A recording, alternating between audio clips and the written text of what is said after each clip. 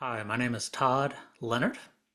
And my name is Herb Montgomery, and we're just talking. Thank you for taking a moment to click the like button, the subscribe button, and the bell icon button. So, if you're new to this channel, each week Todd and I take a moment to talk about the upcoming weekend's lectionary reading from the Gospels.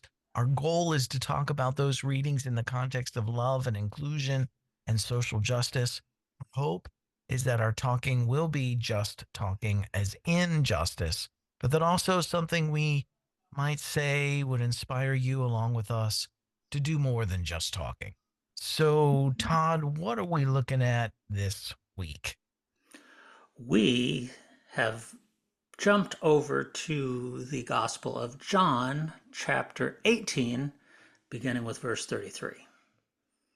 Yeah, so I wonder why we do that right now. Like we're like on the cusp of the Advent season, and we've been having such a good time in Mark. I know. Why do we drop one passage from John before launching into Advent? It seems again very John centric. Yes. All these John lovers. I don't It's know like what we're the about to issue go into is. Advent. Let's talk about Matthew. No, let's talk about Luke. No, I got a good idea. John. John.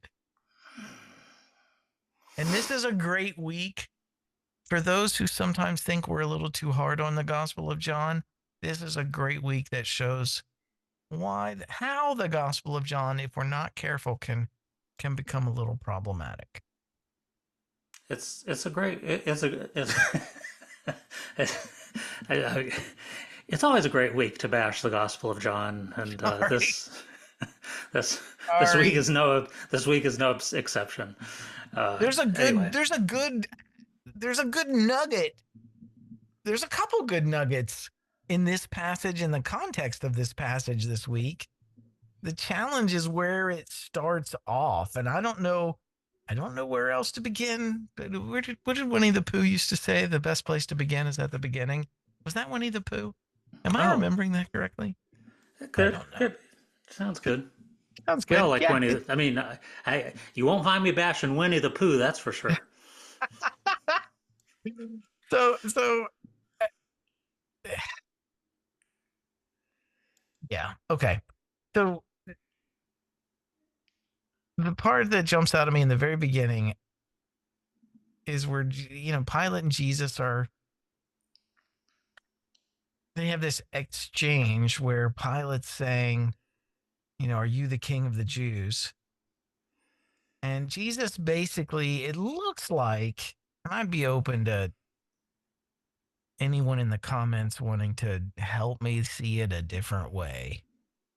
But it's sure difficult for me not to see Jesus as trying to allay or to dissuade some of Pilate's fears by saying, you really don't have much to worry about. This isn't going to really affect you or Roman control of the region. It's not going to really Mm, affect or impact life as we know it in the here and now. My kingdom is not of this world. If it mm, were, then people would be fighting for me like they do in mm-hmm. kingdoms of this world. And I used to say, well, yeah, but it's still in the world. It's not of the world, but it's in the world.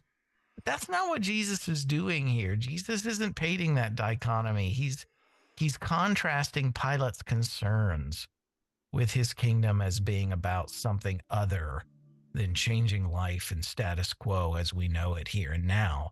And that's a totally different definition of the kingdom than you find in any of the other gospels in the New Testament. Mm, And I want to say that the Gospel of John only mentions Jesus's kingdom twice, where the Jesus is the kingdom of God is the central theme of all of Jesus's preaching in the yep. synoptic gospels. But in the Gospel of John, it's only mentioned twice. And the first one is with Nicodemus, where it's incredibly spiritualized. You've got to be born again of the Spirit to even see the kingdom. Mm-hmm. And right here, where Jesus defines it here, and it's a different definition than Jesus gives it in any of the other gospels. But right here, it's something other than this world for Pilate not to be concerned about. Mm. What are your thoughts, Todd? Do you have a better way at solving this problem? I have no better way. It is fundamentally opposed to the rest of the Gospels, and there's just no other way to get around it. It's one of those Um, contradictions. yeah, and it's just amazing to me how, again, as we may make fun of the people who created the lectionary order, who keep popping over to John, and it really mirrors this whole Christian bent and bias towards Johannine theology, where we elevate this passage and this interpretation so far above all the other passages about the kingdom that Jesus talks about in the other gospels, where we know the passage where my kingdom is not of this world. We know that Jesus, as Christians, we know that the kingdom is about the heaven above and about being ready and preparing ourselves and preparing the world to go to the kingdom that's up there. And Jesus is not of this world. I mean, how many people do we know and how many cars do we see with a bumper sticker that say not of this world? I mean, it is just tattooed in our brains Yeah, that Jesus' kingdom is not of this world. I wish I had a nickel for every time that I was preaching the Jesus of the synoptic gospels call for justice and feeding the poor and changing the way challenging the status quo, challenging systems, changing the way we organize our communities, all of these things that have deep, you know, involvement in how we do things here and now. I wish I had a nickel for every time someone would object to my justice preaching by saying, well, Jesus said his kingdom's not of this world. Yeah, We want to change something about this world. Jesus said he's not about this. It's not of this world. right, And that's usually their way of getting out of the discussion, right. not having to address it. And you brought up the lectionary, and I have to be honest though, I follow the lectionary. I don't know much about the background or the history of the lectionary. It does feel like every time the synoptic gospels get super close to stepping on toes, that it it jumps over to the Gospel of John to paint this. It's about heaven, not earth. It's about salvation, not just they Let's almost just like get a a little pressure spiritual release again. Let's valve. get back to the spirit. Yeah, let's get back to the Yeah, spiritual. Let's get back it's to the like a spiritual. pressure release valve where it's like, Yeah. ooh, too much discomfort. Shh. Gospel of John. Oh, Well, I feel better now. and correct my gospel memory if it's wrong, Herb, but when you look at when you read the first three synoptic gospels and you read John, the first three gospels all have Jesus's cleansing of the temple immediately Yeah, preceding yeah, him being arrested, where he goes in and messes up the the icon of the Jewish faith, the Jewish economy, and the symbol of the Roman enmeshment and corruption of the Jewish state. And John puts it, does John have the temple? Way at the yeah. beginning, it's much It's earlier. way in the beginning. It's John chapter 2. Right. And so So it's this is the way way in detached the from synoptics, the anything to do reason with Jesus why gets he would be crucified. exactly the reason Jesus is crucified in the synoptics is because of his protest about what was happening in the temple. Right. In John, Jesus does this at the very beginning. It doesn't cause anybody to go crazy. They just get uncomfortable. And Jesus then says, destroy this temple, and Yes. in 3 days I'll rebuild it. And he's talking about his body. So he Yes. spiritualizes it even there. Yes. And the whole reason Jesus is crucified in the Gospel of John has nothing to do with challenging the system or the status quo. It's because he raised Lazarus from the dead, and the Mm. crowd, his following, was getting too large. It was going to Mm. attract attention, the attention of the Romans. Mm. Yeah. And Very this different. is, Very different. yeah, it's just it's a completely different story. And the fact that, again, the fact that this is not so strikingly clear to preachers and teachers in the Christian faith, and we don't make it clear, is astounding to me. And how I missed it for so long is astounding, because it is just breathtakingly Once you see it, you stark. can't unsee it. It is stark. Yeah. And if you're raised on Pauline theology, you fall into Right, the Gospel of John and it resonates so deeply with Pauline theology. right. But then if you read Matthew, Mark, and Luke, it's like, whoa, what is this about? And And you I end up know that kind of Matthew, staying away, and you end up kind of staying away from those the strong kingdom passages of Matthew. That's what ends up happening, is you just kind of discount those passages, and you don't spend a lot of time, or you reinterpret those passages to fit John and John. Paul. Right, right, right. Yeah, it was, when was it? It was a decade of discovery, is what it was called, where Christians started to sense or see, and I can't remember which decade it was, which era it was, that Jesus's gospel was not about heaven, but about Yeah, the kingdom of God come to earth. And I the remember, I emergent forget, movement. yeah, yeah, yeah. What was that? The 90s, 2000s? When was that? Yeah, 90s, 2000s. Okay. But I just, and again, that was a discovery for people. What you're describing, that was when a whole host of people discovered, oh, Jesus was about something different than what I assumed. Yep, But yep. yeah, John is part of that discussion. The part of this passage that I like, and if we still want to sit in the tension of Jesus's kingdom not being a threat to Pilate, which in Mark, Matthew, and Luke, it sure would have been. That's why he was Oh, I crucified. mean, I don't think Jesus would have. I think Jesus would have still um, pushed back against saying that he was king of the Jews, but Right. he would have certainly said, "I am, I am here representing.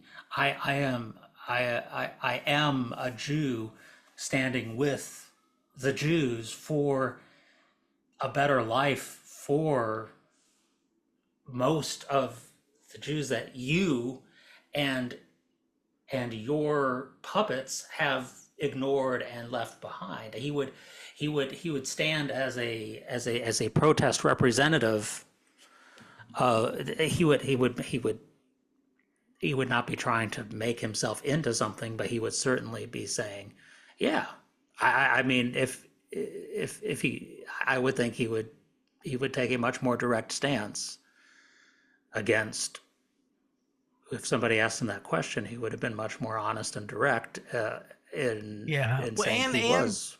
and I think we're just guessing here because this exchange doesn't take place in any of the other gospels, right? But I Right. have a hunch that Jesus would have had one of those snarky responses like he typically has that doesn't really land on either side of the question. Well, that's probably It's true somehow, too. you know what I mean, with the render unto Caesar the things that are Caesar's and unto God the things that are God's, which if you listen to that It's a good carefully, point. once you render everything to God, there's nothing left for Caesar, right? Right. So, Right. so he would have answered in a way that left people scratching their heads and say, well, what did he really say there? Can we use that against him? You know what I Yeah. mean? He would have wiggled Yeah. his way out of it. But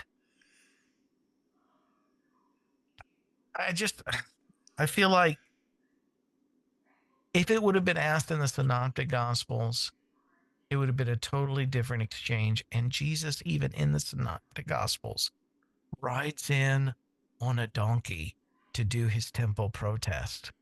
Hmm. And in doing that, he's signifying king, maybe, but a radically different kind of king and kingdom. Mm-hmm. You know what I'm saying? So he did, I don't Yeah, know. he did toy I, around with it. That's true. yeah. So I don't know. I don't know. But it just seems like he wouldn't have done this. I would need to be very careful. I don't know any other way to interpret this exchange here, this part of this exchange. than feeling like Jesus sold out. Here was the moment of conflict between him and Rome, and he's like, Hmm. you really don't have anything to worry about. Hmm. I'm not a threat to you. Right. If my kingdom were of this world, my followers would be fighting and they would be a threat to you. But I mean, as it is right now, Yeah. I'm not a threat to you. Right. Which, I mean, the Gospel of Luke in its entirety is all about how Jesus is a threat to Rome. You know, Hmm. all of the Hmm. titles for Jesus that the Gospel of Luke Right. gives Jesus were titles that were given to Caesar. Yep. That's right. So, I mean, I know it's Yeah, such the a, whole Advent story of and these and Luke's birth narrative is just yes, one treasonous litany of how Jesus is coming to replace Rome and the Caesars. I mean, it is breathtaking how treacherous uh, Luke's language is about Jesus. yeah, yeah. But So again, yeah, the but part of this yeah, go passage ahead. that I can hold on to, the nugget here that I like is, you know, when Jesus said, everyone on the side of truth listens to me, and Pilate says, what is truth? Hmm. That's a relevant question to where we are in the United States right now. What is truth? It's awfully difficult for democracy to function when we don't have a shared reality Hmm. where how you think about the world or what you're being told about the world depends upon which news outlet you're consuming. Hmm. That news outlets can be sued for billions of dollars and under oath say they're not a news source, they're an entertainment channel. Hmm. I mean, it seems like for democracy to work, we've all got to at least agree on what the facts are. Yeah.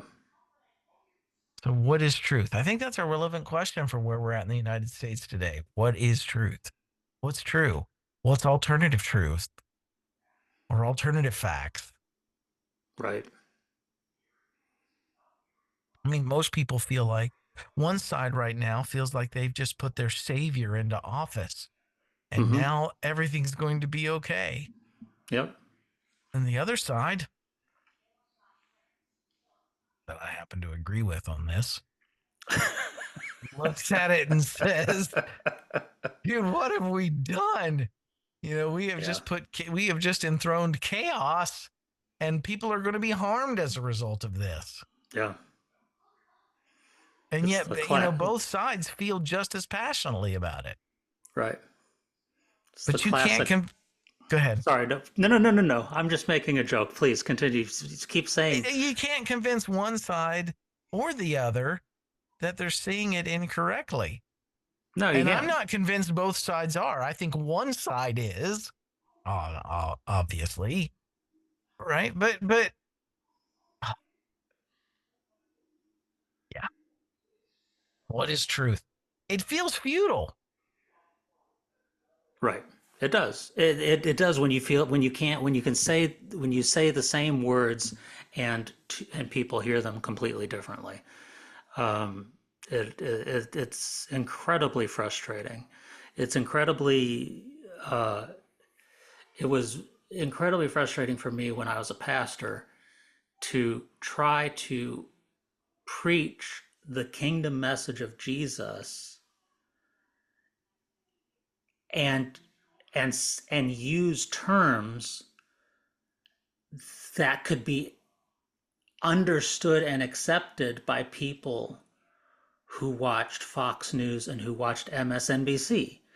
Because if I said certain words in certain ways, they had been so warped and twisted on one channel that immediately it undermined the gospel of Jesus if that I was trying to preach, because it no longer those words no longer meant what Jesus was saying. It meant what the news channel that people watch 6 days a week Yeah. are hearing it say. And Yeah. so as a pastor, it becomes incredibly difficult to say, how do you communicate and what language do you actually use to get the gospel across without totally actually undermining your purpose of trying to communicate the gospel. It's a maddening place to be, when what was that, was it Clinton or Bush that said we don't, oh, it was Bill Clinton. I mean, to be fair, Bill Clinton a little bit started us on this road of playing with the meaning of words. He said that the question is, what does the Right. word is, what the Right. word is means. Um, I know what the so rest of the sentence means. What does is mean? is, yes. So he was great with playing with truth as well himself. He was kind of a master of that too. Anyway, but we've moved into that full blown experience now, and it is maddening to not being able to actually talk directly to one another and have common language, or and then beyond that, common truth. Yeah, I find it frustrating when you do something as simple as preaching the Sermon on the Mount, but because you've been conditioned, because people have been conditioned by whatever propaganda they're subjecting themselves to, Christians no longer hear that as Jesus, but as political, liberal, left leaning propaganda. And all I'm doing is reading the Sermon on the Mount. That's what's so frustrating. You've come to subscribe to what you think is truth, and it is so warped that you're looking at truth and saying that's the enemy. Right. And maybe that's what Jesus meant in the synoptics when he's talking about the unpardonable sin, that any sin would be forgiven except blasphemy against the Holy Spirit. Well, the context is they were claiming that the liberation work of Jesus was being done by the devil, that Right. he was doing it through, Beelzebub. You know what I Right. mean? So, so, Yep. so, I mean, it's like anything else can be forgiven, but once you've crossed over the line and truth is no longer truth and facts are no longer facts, and you're looking at the good things as the enemy, what do you have to work with there? I don't know Yeah. the Yeah. solution to that. And I think that misinformation is probably our biggest challenge right now in I agree. America. I agree. The information age has not solved it. No. Um, no. I mean, this is. I mean, Herb, I'll say this, and this is not to make people feel sorry for us, but you and I have both lost audience share over the course of our ministry by preaching the gospel of the synoptics. That's a good way to put it. The Gospel of the Synoptics. I hope that's the right one. And because we preach the gospel of the synoptics, people leave our church. People stop attending your sermons. People stop funding your ministry. People stop tithing to my church. We have both suffered that, because of misinformation within the church and within the political The larger conversation. political landscape. Yeah. We have lost people because of both of those environments. So if anyone out Um, there has a solution to misinformation, leave it in the comments. I would love to learn it. yeah, I would love to learn it. So there's a portion of this that I want to talk about, and if you don't want to talk about this, that's okay too. It's not in our reading this week. It's in Well, the the part in about truth was not in our reading either. The oh, is that that was not? actually beyond it too, so it's okay. Oh You're boy, going a little bit beyond the I am lectionary going only to. went to verse 37, but you're But I going a little just bit quoted further. 38. Well, let's keep That's fine. going Yeah, yeah, yeah.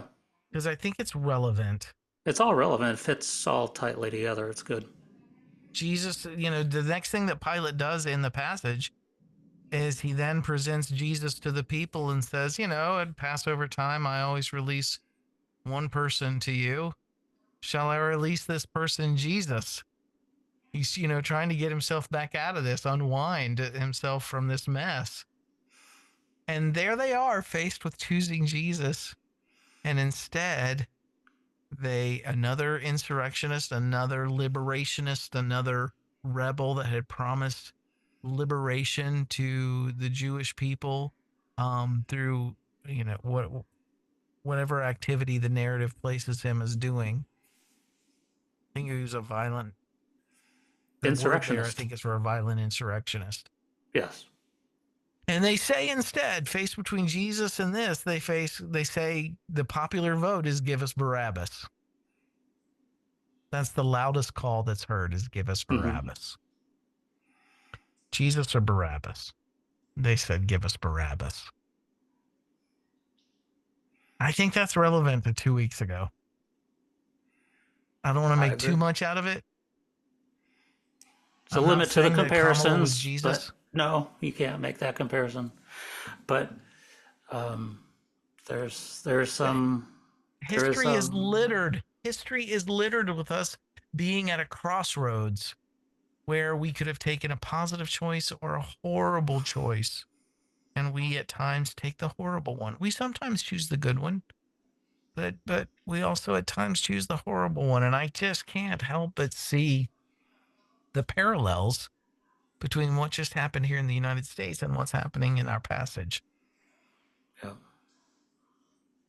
I even wrote a poem about it. I'm not going to share that tonight, but if anyone wants to read Why it, not? well, Is because it I in think your it's better. It's in the blog. It's in the blog. You okay? can go to All Renewed right. Heart Ministries. Once this becomes published this Friday, you can go to renewedheartministries.com and read it. I think it's better read than heard. Okay. So I'll just Are you put a saying plug in. you're not a good reader of poem? You're not a good spoken word artist? I'm not. Okay. I'm not I even a would good just written word artist. I would But I disagree. think that this But specifically is better read okay. than said. So, Well, but I I heard it and it I heard it was good. So I recommend reading it. I mean, I thanks, Todd. recommend that people read it. I recommend that people read it. We don't have to read it now. Well, again, I mean, both were promising salvation. Both were promising liberation. Both were promising hope for the future, freedom from Roman oppression. And the decision was made. And I think it was the wrong one. I'm talking about the Gospels, but I also think 2 Tuesdays ago it was the wrong one. Hmm. So it's kind of fortuitous. It's appropriate that the lectionary lands in this chapter right during this time of our election cycle this year.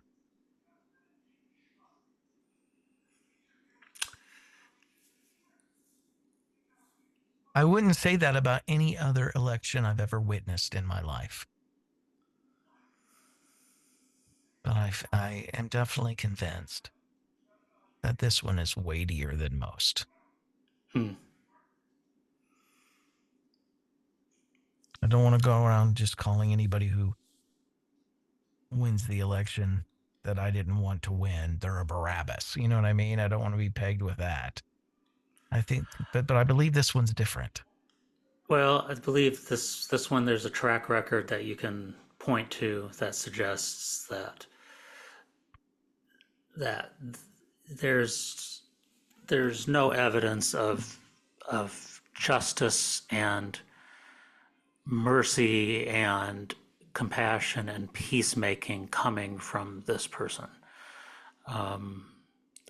there is only divisiveness and harm and I just think of brutality. all the people that are going to be hurt Yes, this time from the very beginning. yes. And I was going to share. People, I think most people have seen this cartoon that's been passed around many times over the course of the last 8 years. There's a there's a field of sheep, and there's a political billboard in the field, and it has the candidate is a wolf, and the wolf says in the on the billboard, it says, "I will eat you," meaning the sheep. And If one they sheep vote for him. turns and the sheep turn one sheep turns to the other and says, "I love how he just tells it as it is." Yeah. Um, Yeah. and people, it's astounding that enough people don't understand. He actually, the stuff he tells like it is, he actually means some of it. Yeah. It's not like we're going to be surprised. He told us exactly what he was going to do. Right? Yeah. And people said, oh, he doesn't really mean it. But now that he's there, he's making plans to do it. Exactly what he told us.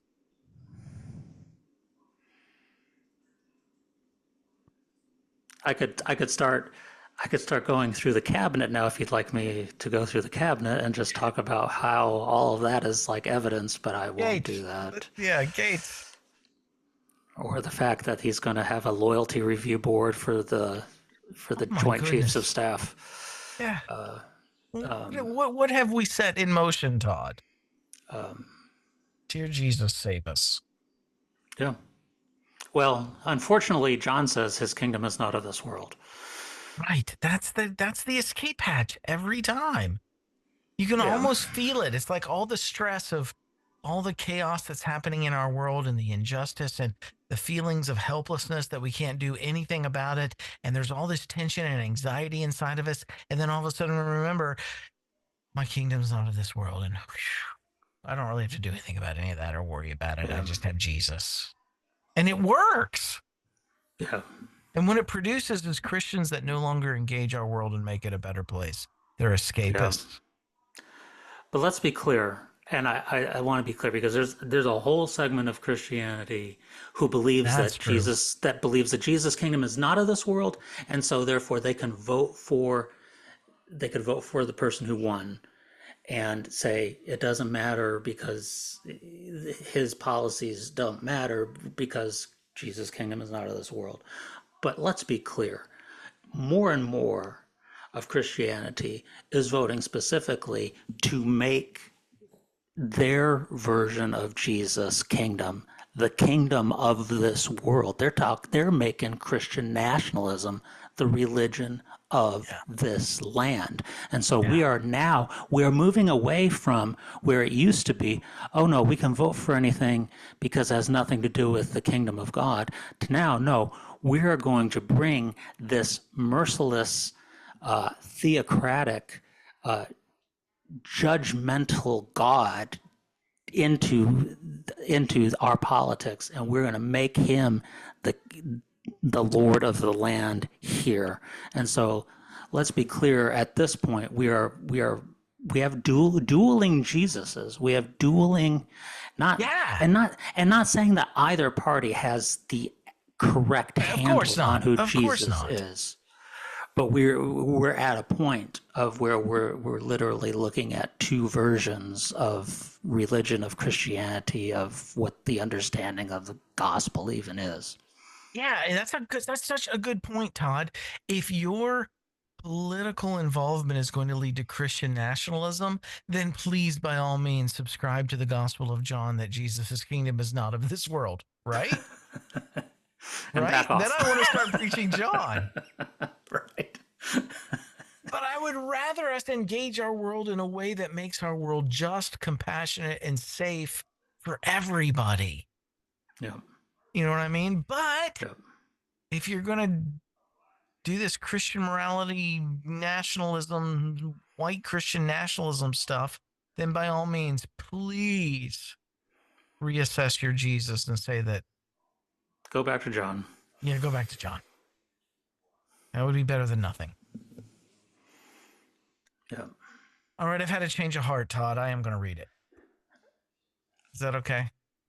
The Lord works in mysterious Well, ways. I'm sitting here staring at it because I read it to you right before we started, and it's just sitting here, and everything you just said, I was like, yeah, that and that, yes, and that. And so anyway, I'm Read it. yeah, again, I'm not a poet. I wrote this because the day for me to write about the lectionaries readings is always 2 weeks in advance. And I hit this passage the day after the election. And I think most of us know what we were all feeling on that day. Those of you who, you know who I'm talking to. But anyway, this was when I saw the Give Us Barabbas passage. This is where my heart was at the moment. It's a little harsh. That's the last apology I'll make for it. In this story, the popular vote cried out, not Jesus, not the Sermon on the Mount, not enemy love, not nonviolence, not economic justice for the poor, not inclusivity and care for the marginalized, not compassion, not safety for the vulnerable. No, give us Barabbas. Give us the convicted criminal. Give us the insurrectionist. Give us the indicted rapist. Give us the twice impeached. Give us the racist white supremacist. Give us the authoritarian strongman. Give us the misogynist grabber.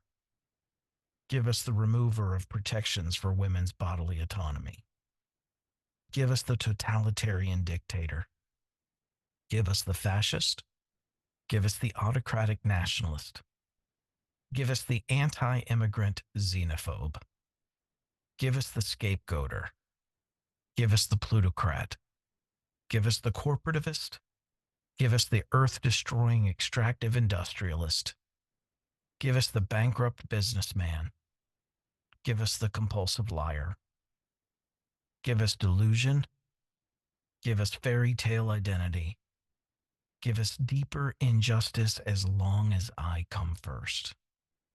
Give us cheaper eggs and cheaper gas. Give us Barabbas.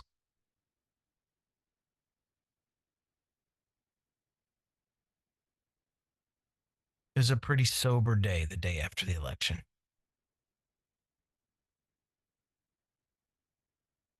I think we lost your sound, Todd. And we have some more sober days to come. Yeah. Well, thank you, Herb. Thank you Jesus' for kingdom is of bringing this that world. together. That's Yep. what I would say this week. Jesus' kingdom is of this world. And we got to continue working for it. Absolutely. Tell us about what's happening with Renewed Heart. Oh, yeah. So, Renewed Heart Ministries, we have lots of things happening here. At the end of the year, all donations to Renewed Heart Ministries support our work are being matched dollar for dollar. So, for those that are supporting Renewed Heart Ministries, thank you. Your support is going to go twice as far now. And for those of you who'd like to join them in supporting Renewed Heart Ministries, your support will go twice as far. You can do that by just going to renewedheartministries.com and clicking donate. We also have a fundraiser going on right now that if you sign up to be one of our monthly continuing donors, and that commitment just helps us set a budget for next year so we can count on who's going to be giving regularly. Crystal and I also do, my wife and I do pottery. And every year at this, we've been doing this for years now. We make all these little pottery bowls and we call them shared table pottery bowls.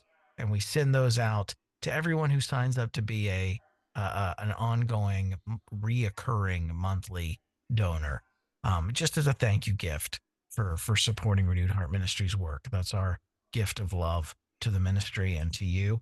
Um, Trying to think of what else.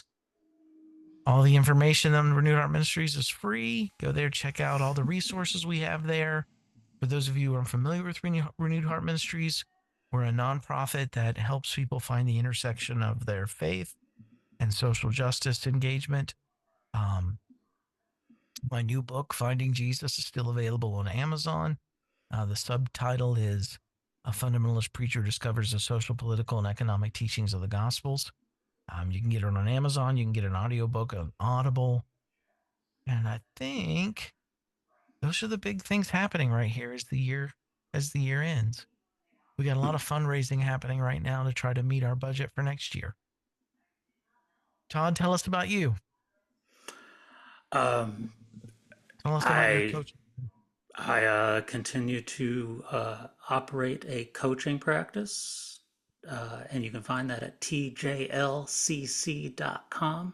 I was just talking with a potential client today, and they are wanting me to explain to them more about what we would do with our time together. And, it actually ties into a little bit to what Herb and I were talking about tonight about the idea of misinformation and how language can totally take people off track and confuse you.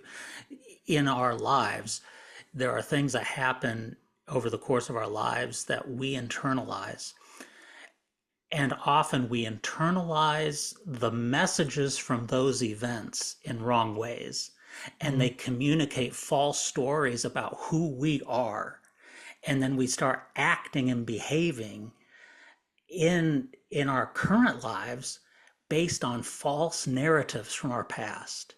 And so Wow. one of the things that we'll do with people is we'll go back and kind of look at some of those earlier major events that have maybe happened in your life and say, what do you tell yourself about what happened? What do you tell yourself about who you are when your dad left, or what happens when the kids were bullying you, or what happens when your life was turned upside down by this event or that event. And sometimes what you find out is your mind started believing something about yourself that wasn't true at all, but you've been acting as if it's true for 20, 30 years. So that's something that we try to do, is trying to help you maybe get back to the truth about who I you love are. that. I And love uh, that. and so anyway, if that sounds like something you'd be interested in, you can reach out to me. And I just want Um, to put my what's the word? I want to add to what Todd's saying. There have been times in my life where I remember sitting on Todd's sofa in his living room, having conversations with him in his house. And Todd is one of the few people that got me through those transitional moments in my own ministry and in my own life. And I cannot recommend Todd's coaching highly enough. Thank you, Herb. Appreciate that. If you sign up to do coaching with me, all I can give you is a plastic solo cup. I do not do pottery. But if you'd like me to mail you a red solo cup, I will do it. Can you Anyway, write their name on it in I'll Sharpie? write I'll write your name in black Sharpie, and that will Perfect. be your gift for becoming a coaching client of me. You'll treasure it always. One of the things that Todd also excels at is sarcasm. I love it. And if you'd like to be coached on how to be sarcastic, I can also do that. That's an advanced course. All Yeah, right, that's extra. That's extra. that's extra. All right, we've bothered you enough for tonight. Thank you all for joining us. We wish you all the best. Keep doing the good work, and we'll see you next week. Bye, everyone.